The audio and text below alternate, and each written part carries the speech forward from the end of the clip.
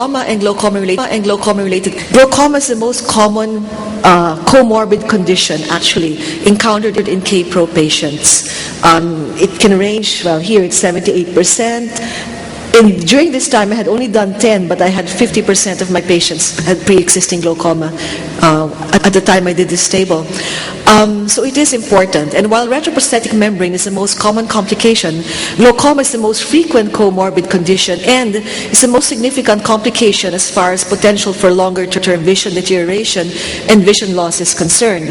As was discussed earlier very thoroughly, and this is also from a study by Grainer and Manis, in longer-term follow-up, those who did not retain vision after 2 years, progression of glaucoma was the most common cause of the deterioration of vision. And there are many possible reasons. It's difficult to monitor glaucoma in post-K-Pro patients because we mostly depend on our digital palpation. And many times these patients already have advanced glaucoma or moderately advanced glaucoma to start with. And it's a progression of the disease. And also the valves themselves can get infected, and other mechanisms, as what explained earlier, can contribute to the progression of the glaucoma. So OCTs are important, and regular monitoring is very important for these patients. Well, necrosis, melt, epithelial defects, thinning, they usually start with epithelial defects and then can progress to thinning, and then if not managed adequately or on time, they can result actually in necrosis. I'm sorry for this slide, it was converted from Mac to the PC. So basically inflammatory nature occurs more commonly in patients with inflammatory or autoimmune diseases, and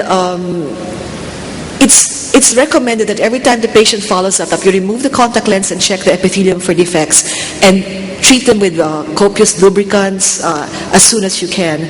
And many times it can actually, improve. This is one patient who was manifesting with a lot of thinning of the stroma. This is a Stevens-Johnson's patient, and after just increasing his steroids and lubricants, it covered up, and now it's nicely vascularized, and there's no sign of thinning. However, sometimes they progress, and you have to treat them with all sorts of things in your armamentarium, from tarsorrhaphes, amniotic membranes, medroxyprogesterone, serum drops, acetylcysteine, etc., etc. So it can become a problem, especially when dealing with people with inflammatory or autoimmune diseases. Histopathology of explanted K-Pros from autoimmune patients showed acute and chronic inflammation, neovascularization, and sometimes epithelial downgrowth. So this can be a problem, especially in these patients. Now about Stevens-Johnson's, it's part of the expanding indications for K-Pro. And in Asia and internationally, there are more SJS patients being done than in the States. And it's a matter, I think, of choosing the patients well. I call it this a tale of two SJS patients. One is doing very well after 2 years, and the other one, after 6 months, I had to explant. And this is first patient. This is the second patient. She had an AMT, amniotic memory transplant, 9 years prior to this. She had a previous corneal graft, 2 in fact, but one failed, one had trauma and failed. And 1 month, they both look okay. At 2 months, this is how they looked.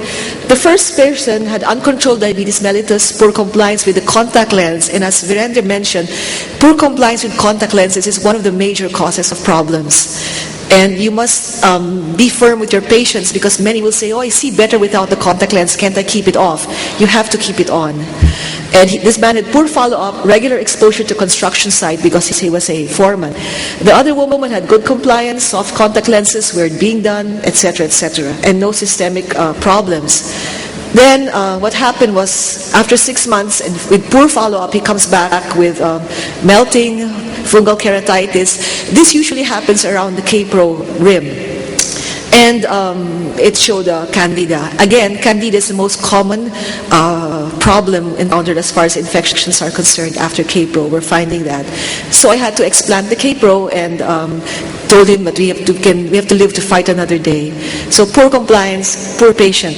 This patient, on the other hand, below, also Stevens-Johnson's, still 20/30 uncorrected, very good compliance. So when it comes to Stevens-Johnson's, expect problems, but choose your patients properly. And as I said, if you don't guard your epithelial defects, you can go into corneal infiltrates, microbial keratitis, and endophthalmitis. And the risk factors are dry eyes, abnormal ocular surface, persistent epithelial defects. Then the device itself, or the devices like valves, can also predispose to infections. Poor compliance with contact lenses, systemic diseases that may affect immune system, poor compliance with medication, and then poor follow-up. Long-term use of antibiotics, such as vancomycin, may predispose to gram-negative or fungal infections. So it may be better to use broad-spectrum antibiotics with both gram-negative and gram-positive coverage, such as moxifloxacin and maybe Besivans. We now cover with antifungal in high-risk patients, or I now follow the protocol in India, wherein they give antifungals for 7 to 10 days every quarter, because we are in a tropical country and fungal infections is a real risk. So there are things that we have to consider as far as infections are concerned. Then there's sterile vitritis. When you have a sudden significant decrease in vision without pain, tenderness or swelling or abnormal discharge, you have to consider this. It resolves almost completely and vision returns to pre-vitritis levels.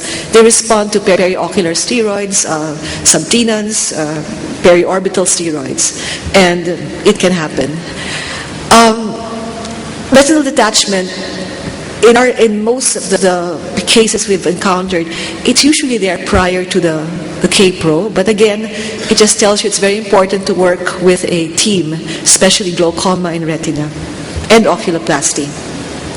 So basically, as you have seen this morning, the Boston K-Pro Type 1 is an effective means to restore vision in eyes in which repeat or primary traditional transplant is not an option. However, both patient and health practitioners must have realistic expectations. Surgical or laser interventions may be necessary in 1/3 to 1/2 of patients every year. These are YAG capsulotomies or a revision of valves, etc. Vigilance is necessary to detect complications early. Persistent epithelial defects may lead to keratitis, may lead to endophthalmitis. So you have to check. It's better to remove the contact lens and check the epithelium when you have your follow-ups. Not everybody does this. A team approach is essential, especially with glaucoma and retina specialists. And glaucoma is a major problem and a significant cause of vision loss after K-Pro. Prophylaxis against progression is essential before and after K-Pro surgery. Thank you very much.